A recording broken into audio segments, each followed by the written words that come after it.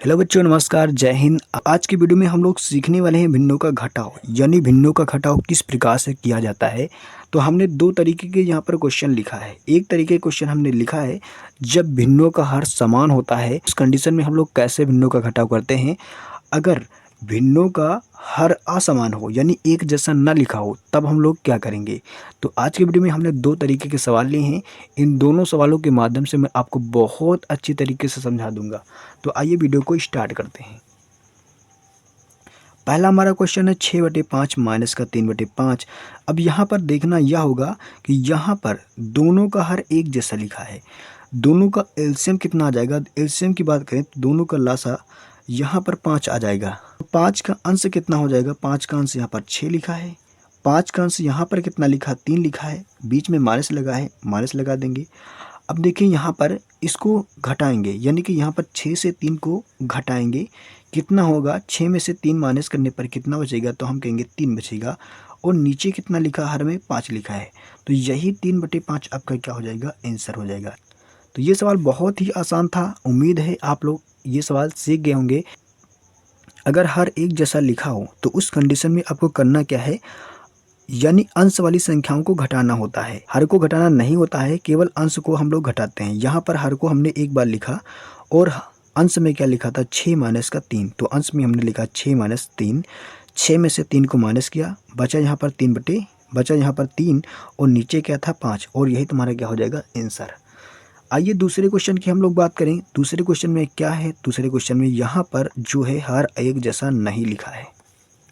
तो यहाँ पर दूसरा क्वेश्चन को हम लोग कैसे सॉल्व करेंगे। यहाँ पर हर एक जैसा नहीं है, तब हम लोग क्या करेंगे, जब हर एक जैसा ना हो उस कंडीशन में हमें करना यह होता है कि हम लोग हर का लासा लेंगे। अब यहाँ पर हर क्या है हमारा, 3 है, और क्या है यहाँ पर 2। तो 3 और 2 का हमें सबसे पहले लासा निकालना होगा। 3 से काटेंगे 3 एकम 3, 2 नहीं कटेगा। 2 से काटेंगे 2 एकम 2, यानी कि यहाँ पर एक एक आ चुका है। अब 3 और 2 का हम लोग गुणा कराएंगे। 3 गुणे 2 बराबर कितना आ चुका, 6। 3 दूना कितना हो जाएगा, 6 हो जाएगा।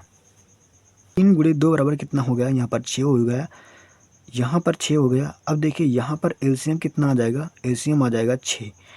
अब इस 6 को हम लोग यहाँ पर पहले 3 से भाग करेंगे, यानी इस 6 को हम लोग 3 से भाग करेंगे, कितना आएगा, 3 दूना 6, यानी 2 आएगा। अब 2 को कहाँ पर लिखना है, तो 2 को हम लोग इसके अंश में गुणा करवाएंगे। इसके अंश में पहले से ही 2 लिखा है, 2 से फिर मल्टीप्लाई कराएंगे। क्यों कराएंगे, क्योंकि 6 को 3 से भाग करने पर कितना आया, 2 आया, इसलिए हम यहाँ पर 2 से मल्टीप्लाई कराएंगे, यानी 2 से गुणा करवाएंगे। यानी कि हम सीधी भाषा में कह सकते हैं कि 3 का पहाड़ा पढ़ो, 6 से अधिक ना हो। तो 3 दूना कितना होता है, 6। अब जो 2 आ गया है तो इसको क्या करेंगे, इसके अंश से हम लोग गुणा करवा रहे हैं। यहाँ पर 2 गुणे 2 हो जाएगा, माइनस का यहाँ पर 2 का पहाड़ा पढ़ना है कि 6 से अधिक ना हो, यानी इस 6 को 2 से भाग करना है। तो यहाँ पर 2 से भाग करेंगे, कितना आएगा, तो हम कहेंगे 2 तियाँ कितना होता है, 6, यानी 3 आएगा। तो 3 कहाँ पर लिखेंगे, इसके अंश में लिखेंगे। तो यहाँ पर इसके अंश में पहले से 3 लिखा था, फिर से एक 3 लिखेंगे, तो 3 गुणे 3 हो जाएगा। अब जब इसको आगे सॉल्व करेंगे तो क्या हो जाएगा, यहाँ पर आगे सॉल्व करने पर हो जाएगा 2 दूना 4, माइनस का 3 त्रिका हो जाएगा 9।